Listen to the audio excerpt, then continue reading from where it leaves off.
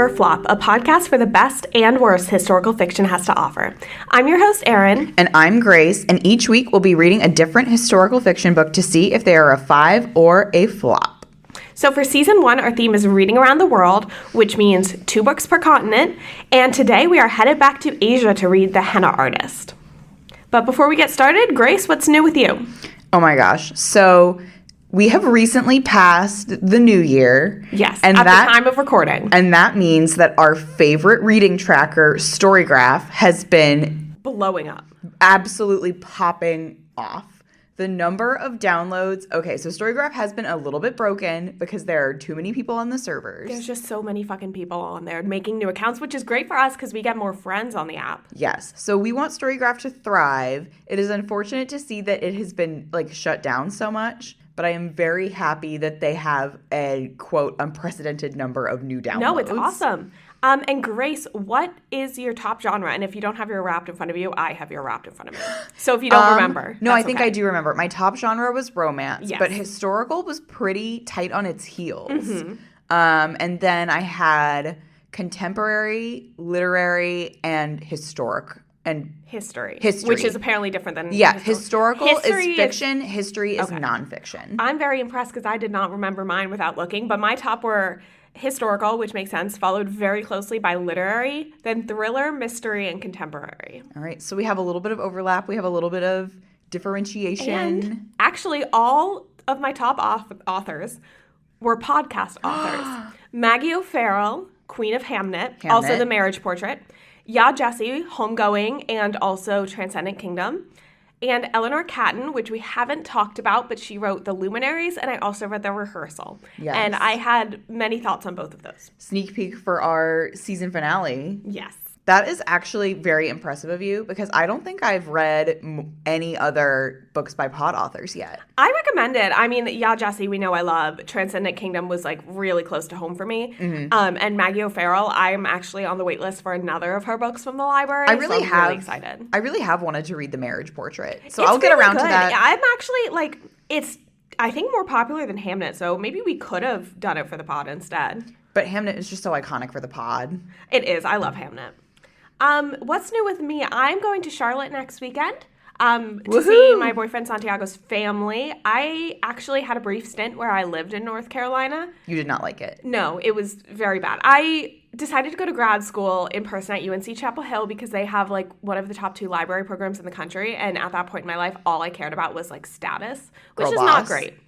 But I also went there in a really low mental health point. It was right after my dad passed, so... Mm-hmm. Yeah, I shouldn't have lived in North Carolina, so I'm kind of hoping this trip, redeems the state for me. I wound up moving. Everything's okay now. We're back in D.C. We're good. But swag. I want to have a redemption arc for North Carolina. I think that'd be nice. Well, it's a lovely state. You know, I'm a Virginian, so it's our neighbor state. Mm-hmm. And they have a lot of good stuff in there. Yeah, we're doing, a day or 2 in Asheville, which is exciting. Oh, it's supposed to be beautiful with the mountains, also freezing. Yeah. That's okay. Well, you'll have fun. I'm excited. Are you going to take any books with you? Yes, but do I really plan to read them? No, because as we know, Santiago is notoriously not a reader. Oh my God, I actually got him to read a book. What book? Reading, and this will lead into what we're currently reading because this is right after Christmas when we're recording. My mom and I both had COVID, so our house was on lockdown. But that did mean I read 7 to 8 books, and one of them was Under the Naga Tale. So it's the subtitle is A True Story of Survival, Bravery, and Escape from the Cambodian Genocide. Oh, I did see that on your Storygraph. It was really good. I love a good memoir, and this kind of combines the history aspect. Mm-hmm. It wasn't my favorite book I read over that COVID period, but it was definitely up there. You had some bangers. I did have some bangers. It was really good. Another one I just found on the street, and I'm really glad I did, and now I have Santiago reading it. So maybe we will be reading in Charlotte. You have such a good track record for finding books on the street. I mean, not counting The Spy. But we did get a podcast episode out of it, so... We did. It actually triggered the idea for the podcast. Good for something. Okay, Grace, what are you reading? I have read, so far in this new year, I have read one book, but it was a really good one. The classic Rebecca by Daphne du Maurier. If you remember of the Daphne du Maurier Award of Taya Cooper of the Cartographer's Secret fame.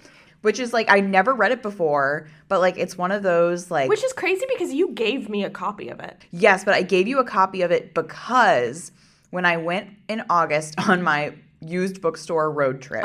I was looking for a copy of Rebecca because I had never read it and I wanted to. And I found like a mass market copy. Okay. But I was saying to my friends like, oh, I wish like they had a trade size because I would have bought a trade size. And my friend said to me, oh, I have a trade size copy that I don't want. I'll just give it to you. Oh, okay. So I had 2 copies of Rebecca, so I gave you the mass market. Cool. But no, really good, very iconic. I love an iconic opening line. Last night I dreamt I went to Manderley again. Yeah. And now also that means not only can I watch the excellent Hitchcock adaptation of Rebecca, I can watch the terrible Netflix adaptation with Armie Hammer in it. Oh my God. I know. Incredible. Yeah. So I am excited that this book has opened those doors for me. All right. So you want to get into the book of the week, which is The Henna Artist by Alka Joshi. So Grace, you want to kick us off with the Henna Artist synopsis? Let's go for it. All right. Escaping from an abusive marriage, 17-year-old Lakshmi makes her way alone to the vibrant 1950s pink city of Jaipur. There, she becomes the most highly requested henna artist and confidant to the wealthy women of the upper class.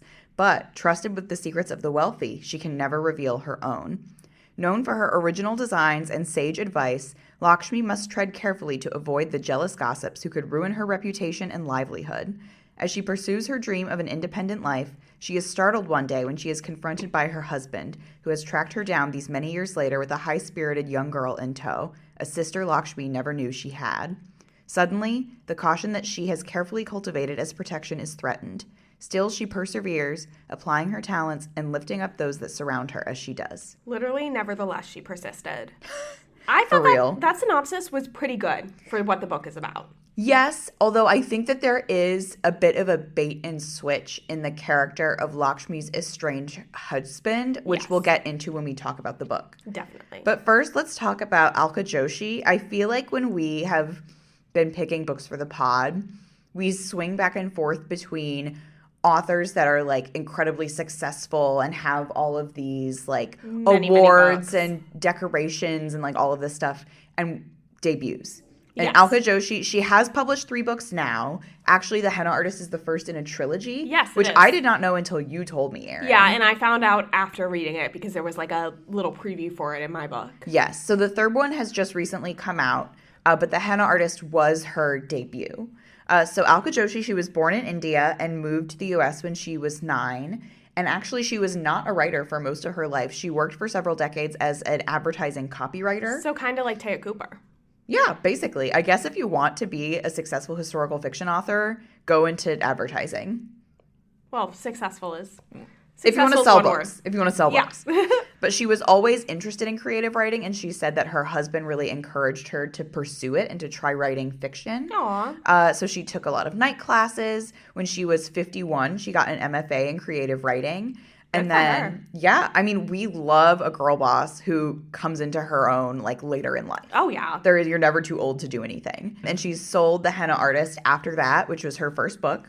But, yeah, so she has 3 books in this series now. Have you read any of the other ones? Not yet, but I do. And we'll get into this a bit later because I don't think you want to continue with the series. I don't think I will. But I have them in my TBR. I'm curious about them. Yes. But I had not heard of her or this book before, even though I believe this book is part of Reese Witherspoon's book club. Yes, this is a Reese's book club. And I was also going to say we've read a handful of books that are very, like, lofty, literary, complicated, dense prose, like blah, blah, blah. And I would say this falls slightly more into the camp of Cartographer's Secret we were talking about, where it's like popular historical fiction. I would say of the books we've read so far, we kind of have a spectrum where Cartographer's Secret is on the far end of like popular light fiction. Yes. And then we have Hamnet, which is just like high literary prose. Yes. And I think this falls closer to the Cartographer's Secret end, but I do think this book was like obviously more successful. I think so far this may be the book that we're recording that most people have read. Yeah. you know? Because like or something would like enjoy. Yes. Like I think something like Snowflower was also really popular, but that came out several years ago. The Henna Artist is a very recent release. Even before we picked it for the pod, I had seen the cover all over. Like if you've been in a Barnes & Noble in the past 3 years, you've probably seen the cover of the Henna Artist. So before we talk any more about the book, we just want to give you our usual disclaimer that our judgments come based on the book and the characters within it, rather than any real historical figures they may have been based on. Also, obviously, spoilers. Yes. And I will say, actually, the Henna Artist was an extremely interesting book to research from a historical perspective. I took the lead on that for this episode. And even you might think that there wouldn't be a ton there because none of the characters are real people. Yeah. They're fiction as far as I am aware. But there are so many things sprinkled into the narrative that I had like 5 or 6 things to do research on, and I could have easily done more had I not like put the brakes on it and thought absolutely. Like this podcast will not be engaging if I'm just going on for an hour about the caste system. I mean, like that would be its engaging own separate podcast, but I would not be good at that. I think to kick off our conversation about the book, I want to go back to something you literally just said about how this is more on the end of like light popular historical fiction. Yes. For me, I thought the same thing. This was definitely like a more mass popular type of book, not the high literary. And to be clear, before you continue your thought, we like that. Yes. That's not like a derogatory thing. Like there is a time and place for both kinds of books. Agreed. We're just describing the differences between the two. And that doesn't mean that the Henna Artist doesn't deal with dark themes either, because it does. Yes. But it's more about the writing style itself. But this is actually what I was going to say, in that I didn't like that in the Cartographer's Secret. I liked it for this one. Yes, I think it worked liked that way it better. was kind of an easy, like, again, it does have some hard themes, but for the most part, the prose was an easy read. It went pretty fast. The story was very straightforward. It's readable. It is very readable. And where that didn't work for me in the Cartographer's Secret, it really worked for me here. Yes, you could tell definitely that there was plot progression. Yes. A decent amount of the beginning of the book is just kind of laying the scene. You open up with Lakshmi, who is their main character, who is a single woman, the titular henna artist. Yes. And you figure out, okay, how has she come to create this successful business for herself? You learn that she's building a house. You're like, how is this single woman able to pay to build her own house? Where is her family? Where did she come from? Yeah. So you're just learning who are the people around her? Who are these rich people in her life? You're learning all of these things that are around her, and you're not bored because there's no plot happening in the beginning. You're happy to learn these things. So that context that Alka Joshi provides is very helpful. Yes. And it is just like a very readable book. And it makes it sound in the synopsis that her sister coming is kind of the big pivotal plot point. But it's not, in that her sister arriving happens in like the first 3 chapters. Yes. It kicks off the rest of the plot, but really the sister doesn't do a ton until a bit later on. It was like 200 pages in. Yes. But before we get into that, so her sister's coming, and you start to learn more about how Lakshmi's making her money, building her wealth. In addition to being a henna artist, she also works making abortion tea. Yes. So this is a really insanely like intense part of the plot, is that like, and I even wrote it down in my notes. I was like, Lakshmi is the oil girl. She has oil for everything. Oh, yeah. Like when you first see her, she is applying henna to one of her clients, and she's like, oh, and I'll add like this oil to make your like husband think you're beautiful so that you can like conceive a son or whatever. And you're like, okay. She just has like an oil for everything. Oh, yeah. And she's very folk healer. But what she does is the henna is kind of like almost like the like mattress warehouse front for her money laundering business, which is that she uses the henna, and that is like a legitimate business, as kind of like a cover for her main side, which is helping women get abortions. I call it abortion tea, and that makes me laugh because the whole time I was reading it, I'm like, oh, slim tummy tea, like those things. But no, it's really, she creates like pouches of like herbs and stuff that will help induce abortions and then also kind of act as birth control. Yeah. So that husbands who are cheating on their wives can like give them to their mistresses. Yeah. So that's how it starts. But also we learn later in the book, and this will lead into me talking about my biggest problem with it, that Lakshmi, as we learned in the synopsis, ran away from an abusive husband. And she was ensuring that whenever that husband got her pregnant, that she would drink her tea and take care of it. And she learned all that herbal remedy from his mother, from her mother-in-law. Yes, from her mother-in-law. And so that was an extremely important plot point where she's like, I believe that women have the right to choose who they tie themselves to. And we see her, like, giving the tea to, like, an English woman who is living in India who's pregnant with a baby that's not her husband's and stuff like that. So she's like, I believe that women should be able to choose. Yeah. But that tells you my biggest problem is the character of her husband seems like it would be really important if you ran away from your abusive husband and he came back to you.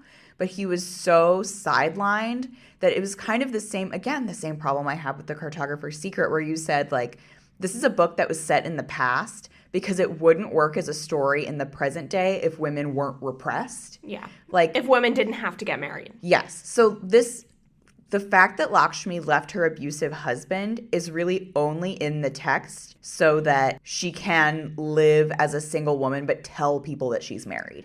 Because it's stated multiple times, all these rich women would never let a single independent woman into their homes. They would let a respectable married woman Which into at their that homes. point, like, why couldn't she have lied? Yeah, like, because they've never seen her husband anyway. I think she just said, like, I don't think she never provided an explanation to them. She didn't say she was widowed. She just was like, my husband's not here. I think they kind of assumed she was like, widowed. I don't know. I don't really know. Yeah, I don't know. But, like, her husband comes back and he extorts some money from her in the very beginning. And he comes back with her sister. With her sister, Radha. Radha was born after she had already left her husband. So she does not know her sister. Yes, she did not know she had a sister. The sister is maybe 13. And I think Lakshmi is, like, slightly more than twice that age. She's in her, like, late 20s. She was, like, 27. Yeah. So the husband comes back. You're like, great. She's going to be faced with this abusive husband who beat her because she never got pregnant, or so he thought. He extorts money from her once. And then you're like, oh, my gosh, he's going to keep doing terrible things. He's going to show himself to the women of her business. He's going to extort her. Like, he's going to do all these terrible things. He's going to force her to come home with him. It was a lie. And then he only ever appeared again, like, twice. And then, like, the next time he was, like, using his knowledge of medicine to, like, help, like, poor sex workers. Yeah, he got this wild redemption arc, which reminded me a lot of Fruit of the Drunken Tree when her boyfriend got the redemption arc after gang raping her. Yeah, and then the second time you see the husband, he's like, I'm sorry, I've changed, I'm a good person. Like, it's never questioned. But you could tell that she just didn't know. She needed that character for the setup of the story, which is reuniting Lakshmi with her sister, and then having her be a respectable married woman. And then after that, she had no idea what to do with him. Yeah. So the plot was not about the abusive husband at all. And I think that had she thought about it for a little while longer, she could have easily found a way to write him out. To find a way to get the sisters together, and then Lakshmi can just lie and say that she's a widow or whatever. Exactly. The story is taking place in the 1950s. People can't Google if you have a husband or not, you know? Saved a lot of trouble in a lot of the books we've read if they can Google things like that. So I don't know if that was Alka Joshi's thought to put in another, because this is a book about women and women's issues and women's struggles, and I don't know if she thought that putting that issue of domestic violence into the book would make it a stronger message, or, like, I don't think it did. Be inspirational to people or help give depth to Lakshmi's character, but I don't think it did any of those things. No, I don't think it was really necessary. Yeah. Especially the redemption arc. No, and that was very out of nowhere, and he didn't do anything to work to earn it. Yeah. The important central relationship in this book is the one between Lakshmi and her sister Radha. But the synopsis leads you to believe that the abusive husband is going to be a major character, and he just never becomes one. No, and the character that he does have is extremely confusing. No, and let's now get into Radha a bit. Okay. So she comes from the small town. She's kind of like a backwards village girl who, like, and Lakshmi is now taking her into her house and is like, okay, what do I do with this kid? So she tries to, like, bring her along to her appointments and stuff, and Radha just doesn't know how to act in public. She, like, tries to throw rocks at a girl who is being rude. Like, she does not know how to act in public, and she's very, like, not a city girl. She's not with it. She doesn't really get the societal norms at this point. No. And I do think there was some interesting tension where, like, as Lakshmi decides to, like, take Radha in and, like, kind of raise her, she's like giving her all of these like nitpicky things. That's like, you know, this is the degree that you must respect people when they're above you, like ways to eat without spilling, ways to sit without fidgeting, like all of this stuff that's like really nitpicky, that you're like, this is some interesting tension because it's like the clash between the two lives. Yeah. And on the one hand, Lakshmi never knew she had a sister. On the other, Radha thought that her sister abandoned and disgraced her family because that's what she did by running away from her husband. This is a society where like your family reputation is your reputation. So what other people do affects you. And Radha had a very bad like life in her village partially because of her sisters running away from this abusive husband. But then the girl that Radha tries to throw rocks at is a rich girl who is paying to have her henna done by Lakshmi. So that you're like, you can't even know enough to know not to throw rocks at someone who's paying you. That was kind of ridiculous. Yeah, like Lakshmi, her reputation is everything to her.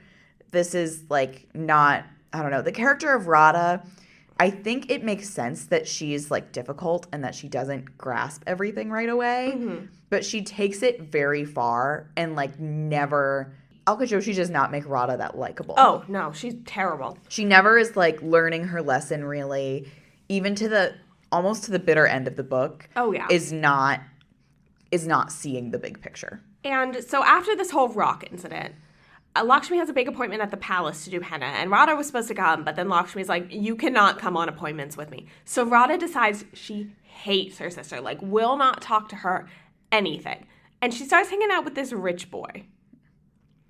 And here lies the problem. And here lies the problem. Here lies the plot 200 pages into the book. Of course, the rich boy says he's in love with her and knocks her up. 13, Radha knocked up.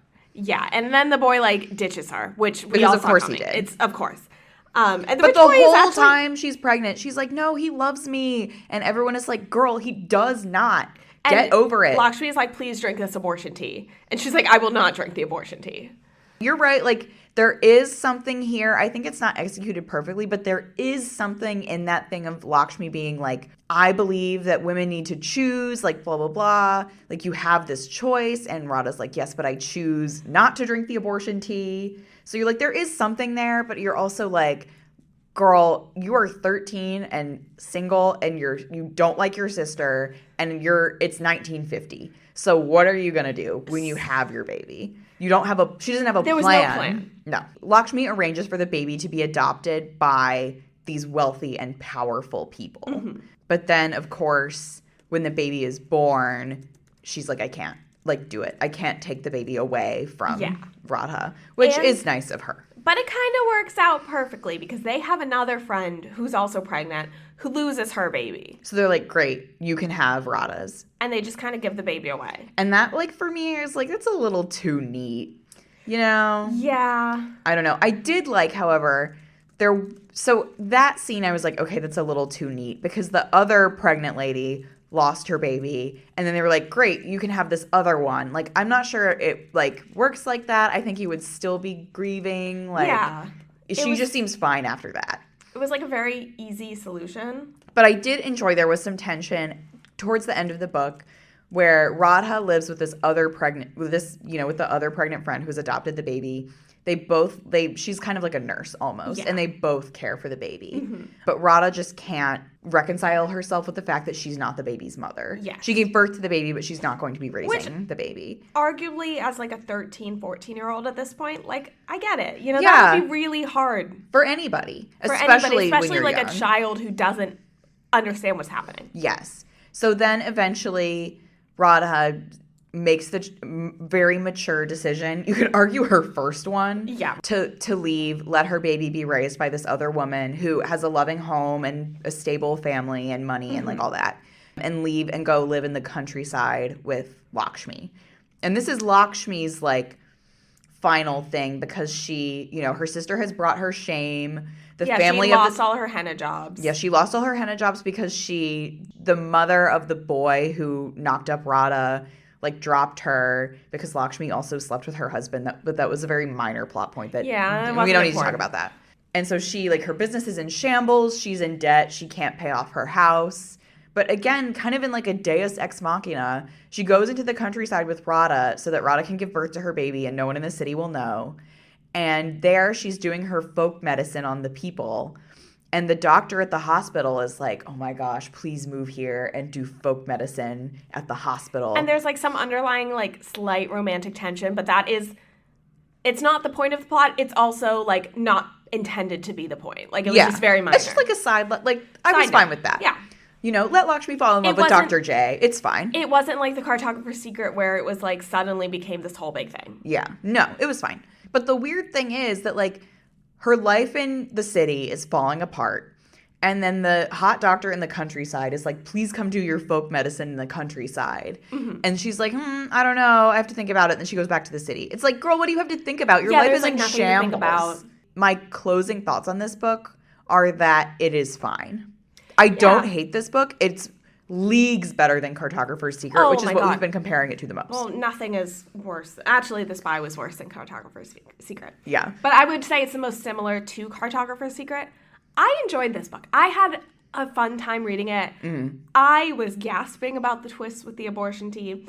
But I will agree that a good bit of it felt contrived to just like get out of the problem. Like the husband redemption arc, he's not a problem anymore. Yes. The job, it's not a problem anymore. The baby, the one baby dying so they could give away Radha's baby. Like everything just worked out a bit too nicely. Yeah. There were some plot contrivances, but I did like a lot of it. Like I said, it's very readable. I enjoyed the character of Lakshmi. I loved Lakshmi. She was very flawed, but also very motivated, and I think her flaws were very well done and realistic. I agree. I wrote that down as honestly one of my favorite things that Alka Joshi did is I love reading characters that are realistically flawed, and I'm going to talk about that with our next week book also. Mm-hmm. But like I'm not even talking about like an unlikable character or an anti-hero, not to that extent. Yeah, no. Just a normal person who is flawed realistically, and that's how I would describe Lakshmi. Oh, definitely. She's a greedy person. She can't pay off her house because she keeps making it nicer and nicer just because she's unable to stop herself. And she wants this luxe lifestyle. She had grown up in like such poor conditions too. That now that she has it within her grasp, she feels like she can't let go. She's very ambitious, which is both one of her most positive and most negative traits. Yeah, I think that's kind of what draws a lot of the wedge in her relationship with Radha. Yes, that she has this ambition. That's why she doesn't allow Radha to come to the palace with her, which she was right about, by the way. She was, I think. If you're throwing rocks at clients, no, you cannot come to see the Maharajas. You know what it made me think of? You know that scene in The Little Mermaid? And she wants to go marry the prince on land, and her father's like, no, you're not doing that. You're a child. And she's like, but daddy, I'm 16. Yeah. It was giving that. It was giving like. You think that you're so mature, but you're not. In 15 years, Radha is going to look back on this and be like, what the fuck was I doing?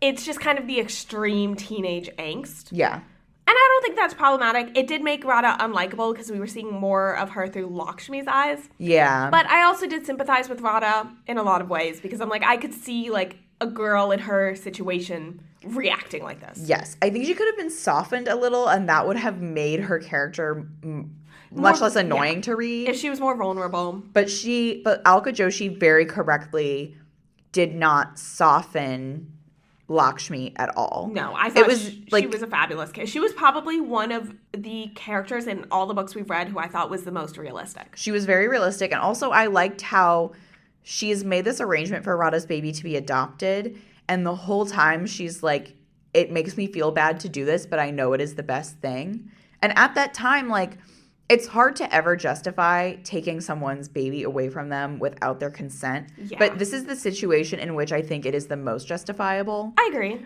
Where, like, Lakshmi at that point, her business is falling apart. She won't even have the means to support the two of them. Radha certainly doesn't have the means. And the baby can go live somewhere where it will be, like, loved and cared for. And Radha can still, when she's able to, become a part of the baby's life. Yes. And even before that, when she arranges for the baby to go to the palace, she knows that she's providing, like, an amazing life for the child. And I think she can see that because she's older, but B, it's not her baby. Yes. Versus Radha being so young, her convinced the father of the child loves her. she's very blinded by that. And I think that's very fair. Yes. And it's not until the baby is born and Lakshmi actually sees and holds him that she realizes, like, no, I can't do this. So she has these, like, I thought that was a very good moment. I thought the character of Lakshmi, the central character, I think is the strongest one.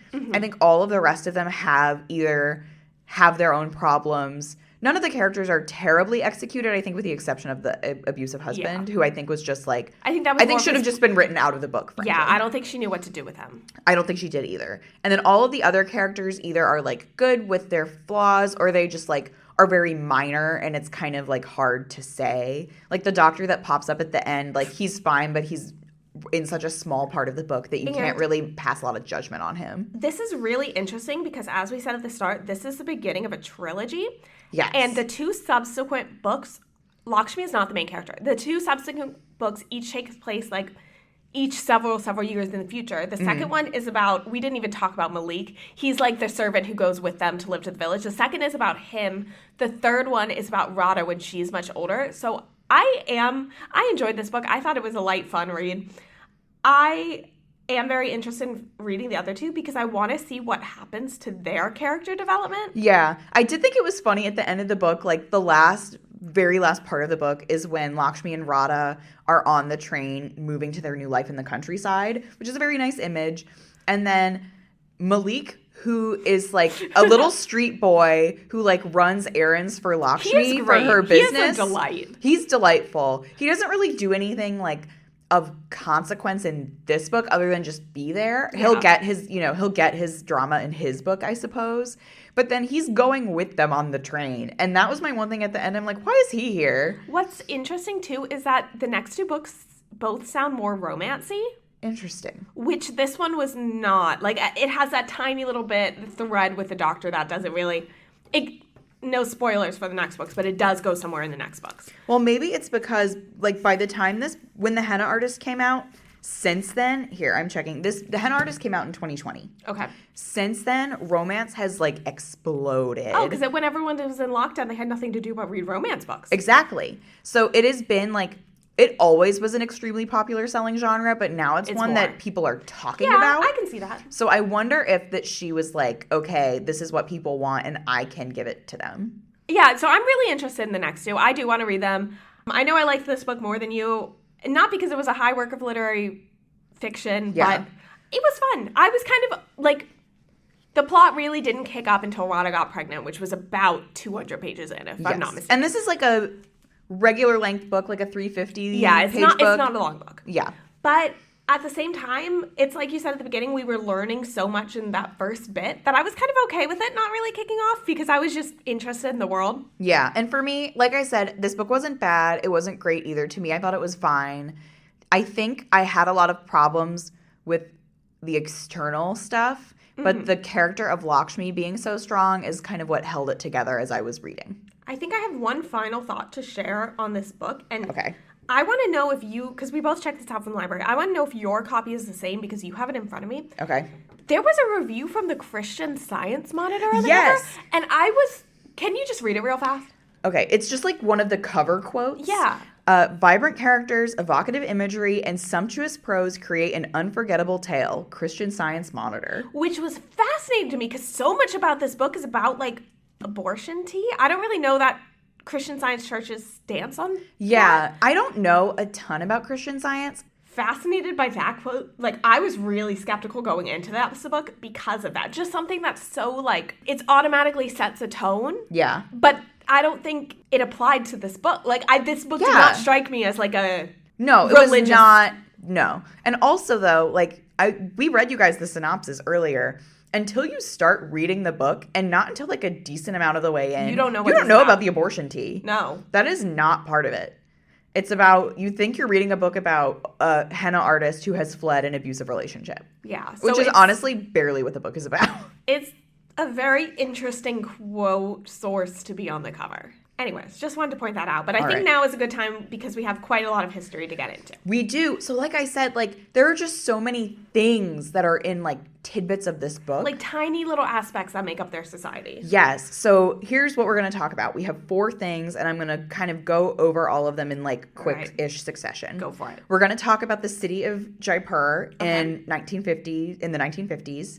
We're going to talk about henna design. Ooh. Because part of what Lakshmi says makes her so in demand is her like unique designs. So we're going to talk about henna design. Her designs influence from other countries. Yes. We're going to talk about birth control and family planning in India in the 1950s. And we're going to talk about the Maharajas. Great. Yes. Okay. So first, let's just talk about the city.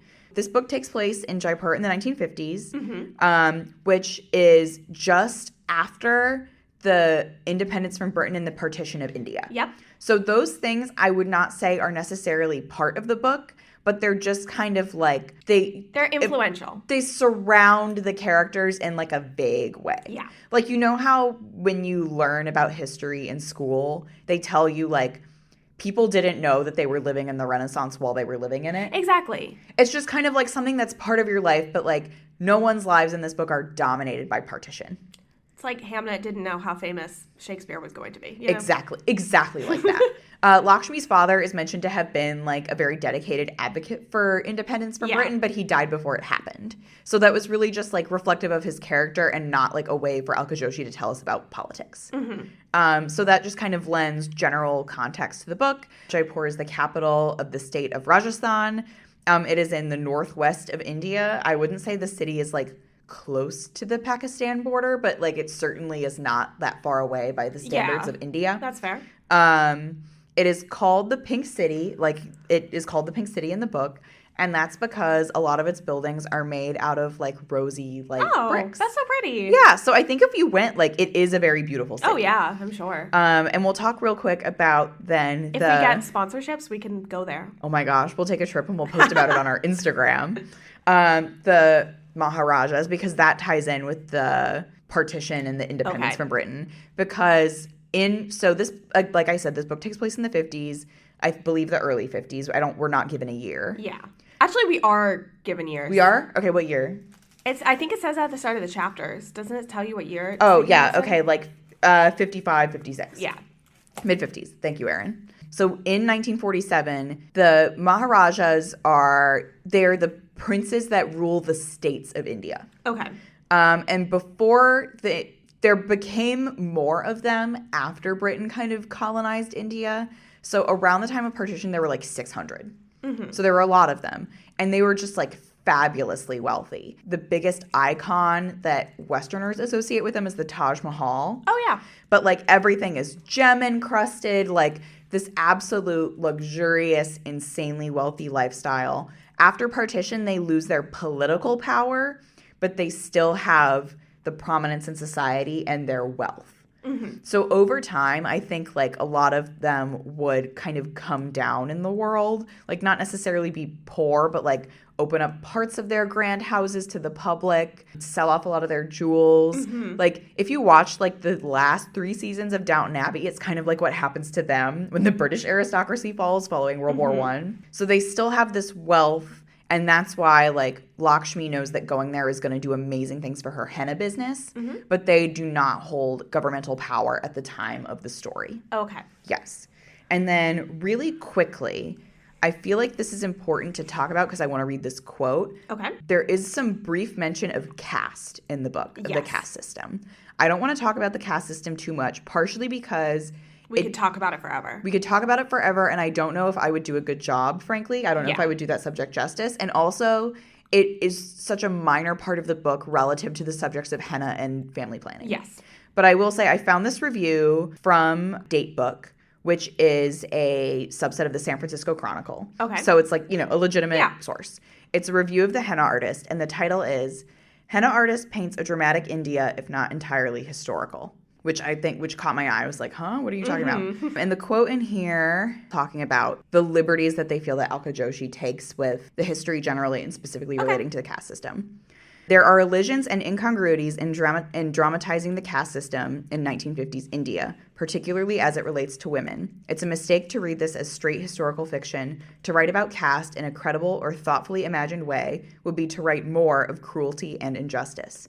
Mm-hmm. India's ongoing difficulties with caste and religious identity are part of the reason the country finds itself in turmoil today. The effect this novel generates, however, is analogous to reading Margaret Mitchell's Gone with the Wind while a righteous Black Lives Matter protest is underway. Interesting. Yeah, so that is really strong language. It is. So that implies to me that this author thinks that the way that Alka Joshi writes about caste, which is in a minor way, is not appropriate. Interesting. Okay, I'm glad you shared that review because that's not something me as a Western American reader would have picked up on. Exactly, and it's very minor. In the book, I think it's mentioned twice. Yeah, it's mentioned because she comes from, like, the scholar level. Yes. She talks about, like, being a fallen Brahmin because she touches women's feet when she does henna, I believe. And that's kind of the extent of it.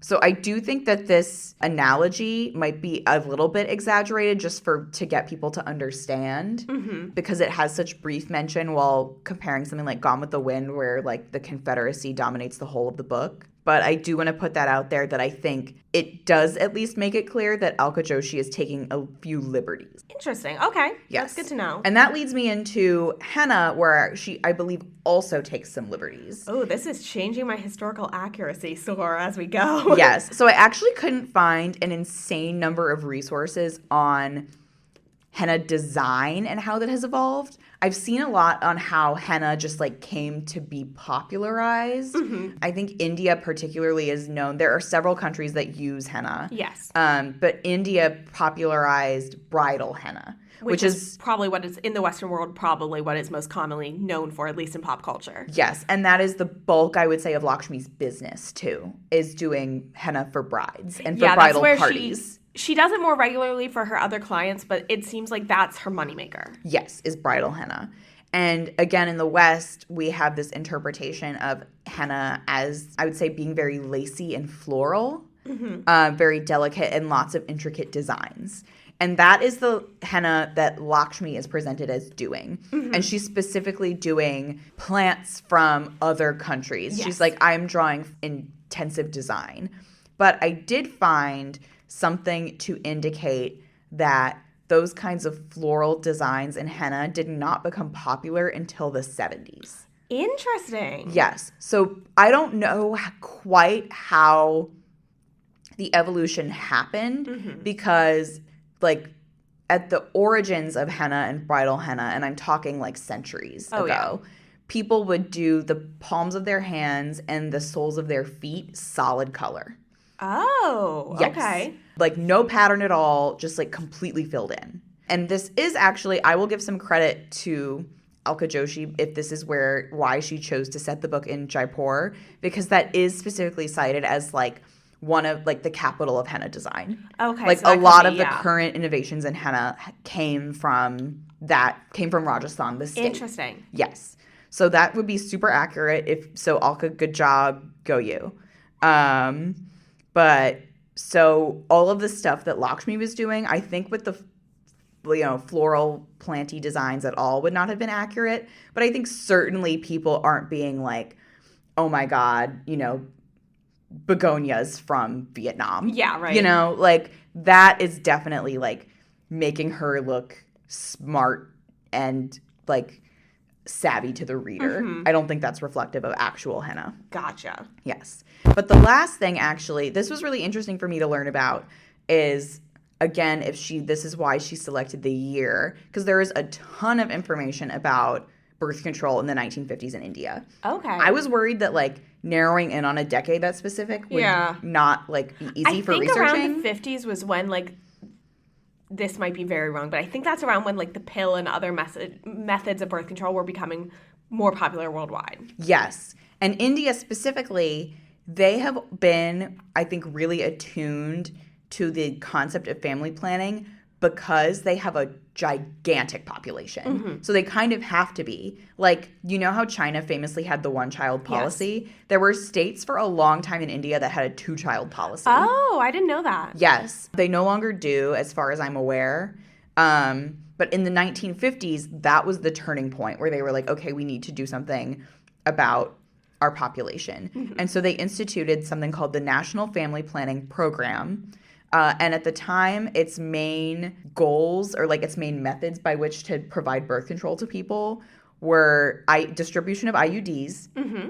and permanent sterilization. Yes. And there are some like controversies about that because I think part of it is like providing that option to people who want it, mm-hmm. which is like good. Like I think you should be able to get, you know, if you're a man and you have had like 4 kids and you don't want more, you can go get a vasectomy. And I think that's like good for you. But I think part of it is I didn't go into this intensely because it's not related to the book, but it seems important to mention that Indira Gandhi, I think, forced a lot of people to be sterilized. Yeah. Which is, you know, not surprising because, you know, in America, we also have had a history of forcing people to be sterilized. Happens worldwide. Yeah. So that's like a controversial, like, is that something that's an available service or like, are you requiring people to do it? Yeah. But also IUDs.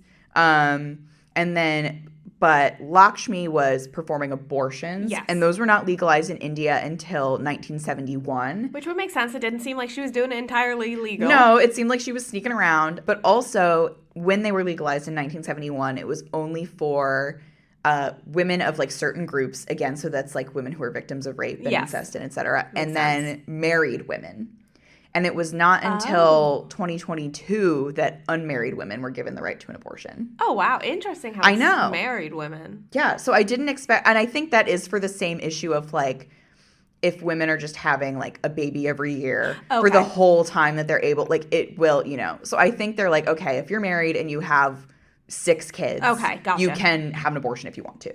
Or like if you're married and you have a baby who is like – you know, not going to survive. Yeah, then, I see. Yes, but not for unmarried women because they were not supposed to be having sex. But at the time that the book takes place, this program was like just beginning. So things like the distribution of IUDs would come a little bit later. Yep. So at the time, what they promoted was the rhythm method.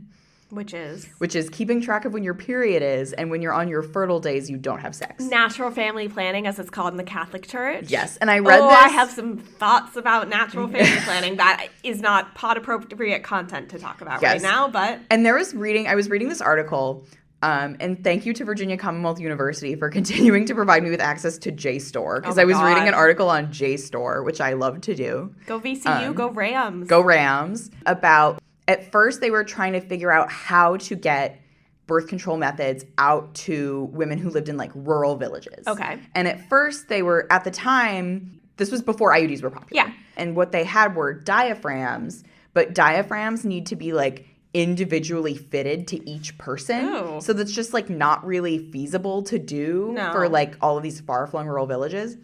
And then what they would do is they would provide – this is, like, not funny because it's so serious, but it is kind of funny. They would provide women with a beaded necklace, and the beads were colors. Okay. And it was green for days that you were not fertile and red for days that you were. And there were 28 of them to reflect your menstrual cycle. Oh. And every day you were supposed to slide one over to see what day you were on. That's interesting. Yeah, but it didn't work at all because, A, women would forget that – they like you would just forget to do it one day and then you would be off. B, not every woman is on a 28-day cycle. Exactly. Yeah, not to provide pod listeners with too much information, but I would get pregnant if I had one of these necklaces because I'm not on a 28-day cycle. And then there were some women who just didn't understand because like medical men would come to the villages and be like, here, use this necklace and you won't get pregnant. And they basically thought like, oh, I'm wearing this necklace. I won't get pregnant. Yeah, it's protected. Like, how would they know? Yes. And so there was a quote in this article that I didn't write down because I remember it. And it was, blessed be the irregular, for their children will inherit the earth. Oh my God. Yeah. That's fucking funny. So I think basically at the time, they had the guy who was in charge of this program was just super anti-birth control. And he was like, you will use the rhythm method. Catholic couples, like the real Catholic couples, and I say this because I used to be very Catholic, so I can talk about it, it's fine, who were like, oh yeah, we're gonna like, you know, no sex till marriage, only doing it, like, when we're not fertile, so, like, we won't get pregnant. And then their honeymoon comes, immediately pregnant. That's how it goes. Same day, immediate. I've heard that story from several couples in my time. Well, that's the thing about the rhythm method, which is, like, It is effective if you do it right. No one does it right. Most people just can't do it right because it's very hard to do it right. Yeah. Especially back then before, like, they had the Flow app, you know? Yeah, they don't even have period trackers. Oh, we're so far off topic right now. Yeah. But anyway, so that's the sum of my... And you can see why this was so interesting for me to research. Because, like, even though none of the characters are real, there were all of these things that are just in the periphery of Lakshmi's life where I was like, oh, is she doing all these designs on her henna? What about her abortion tea business? How legal is that? How long will it stay illegal? I'm so glad you did this research, Grace, because I would not have thought to look up any of this. It's just interesting because there's so many threads to follow. It's not just looking like... Doing research for Hamnet, obviously you're just like, okay, I'll Google Shakespeare. Like, then I'm done. You can tell that Grace is the one with her master's in history because whenever she does the history, it's so much more thorough than when I do it. This was an easy one to do. Like, there is a lot, but, like, there are a couple that you're like, okay, I have to really scrounge. Like, I feel bad for you because you had to look up, like, Leipzig or whatever that one random explorer was. Oh my God. You're really scraping the bottom of the barrel. My enemy. Luckily, there were enough interviews with Taya Cooper where she talked directly about her research. Thank goodness. So that helped. Thanks, Taya. All right. Should we move into the calculator? Yes. So as you all know by now, our lovely data scientist Ashley created a star rating calculator for us based on the categories of historical accuracy, vibes, prose, originality, and characters. And we say it's really high-level data science. It averages our numbers. Which is high-level data science. We're just not smart enough to set that up ourselves in sheets. But then we compare this to the rating that we gave it in Storygraph just based on vibes. Which mine was very different. Oh, really? Yes. Okay. So for historical accuracy, I changed mine down a bit after hearing some of what you talked about. So I gave it a 3. She took some liberties. Yeah. Which I don't always mind, but I think given what we've read so far, this is the author I think that has taken the most liberties with history. Yeah, I would say. And it sounds like in not always the best way, even though we don't have that cultural knowledge to make our own judgments on that. So we kind of got to go off reviews. For vibes, I gave it a 4 because I had a lovely time reading this. Prose, 3. It just wasn't as strong, but I don't think it was it didn't need to be as strong. Yeah. Yeah. Originality, I gave it a 4. And characters, I gave it a 3. And this was kind of a compromise because I liked Lakshmi as a character so much, and then just some of the other characters were so flat that I kind of had to average it out. So that's a final score of 3.4, which is wild because on Storygraph I gave it a 4.25. You liked this book. So this was definitely my biggest gap, and I think talking through it with you definitely gave me better insight to more refine my score. But yeah, my Storygraph is kind of always a heat of the moment type thing. It is never truly accurate until I reflect on it. Yeah. So. But I think also that's kind of how I feel a lot about these kinds of books because I read a lot of romance. I read a lot of books that are like not hefty in literary value. Mm-hmm. And I could talk all day about like things that are wrong with a certain book, and then it would be like, but I still liked it. Yeah, at the end of the day, whatever. It's just, the vibes category is the important one. It is. Grace, what about you? Yeah. I actually kind of did the same thing after our discussion and went up on one of my ratings. Okay. Originally, I had given characters 2 because all of the peripheral ones were... so bad. Yeah, or not all of them. I think mainly the misuse of the abusive husband character and then Radha being so annoying. And then the other characters are not really consequential enough to like make a difference. That's like Malik was delightful, but we barely even talked about him. But he didn't do that much. Yeah. But in our conversation, I realized I was like, no, like, Lakshmi is a really good character. Yeah. And I think I didn't realize it quite so much because we're in her head and also because she is so real. Yes. Which I appreciate. And this is my most accurate, actually, because I gave it across the board 3s in every category. And that's what I gave it on Storygraph. Crazy. A 3. Yeah. So originally, it was like a 2.8. Which is seems low, but I changed, historical accuracy, vibes, prose, originality, characters, all 3. So we're not, at the end of the day, our Storygraph ratings are very different, but our ratings are not. No, not really. But I think we agree about this book. It's just all of the technical things that we point out, we don't disagree on them, but we just had different impressions of this book. Yes. Yeah. So what's overall, our 5 or flop rating? It's a fine. It's fine. And... all right, so Grace, I also realized that 2 weeks ago we never officially ranked the Cartographer's Secret. You can sorry. Tell we didn't film that in order because we actually just recorded that one most recently. But I think we can officially say Cartographer's Secret is a flop. Resounding. I think we forgot because it's not necessary for us to say it. You guys know that we didn't like the Cartographer's Secret. God, when I was editing that episode, we literally were just dragging on. There was nothing to talk about. Anyways, so next week we are reading Violetta by Isabel Allende, making sure my pronunciation was correct. You know, I have been learning Spanish for like a year and a half, but I still get nervous. I haven't, so that's why I can just say stuff. In the meantime, make sure to follow us on Instagram, Twitter, and TikTok at @5orflop_podcast. Also, make sure to join our Storygraph Season 1 reading challenge. And if you have a book that you think we should read, you can drop it in our Google form, recommendation form in our bio on all of our social media. And if you have anything else that you would like to tell us, you can email us at 5orfloppodcast@gmail.com. And Alka Joshi, if you want to come on and talk about your books, you're more than welcome to. Anyone's invited. We want to know what's coming after this trilogy. Yeah, right? All right, and until next time, happy reading. Happy reading.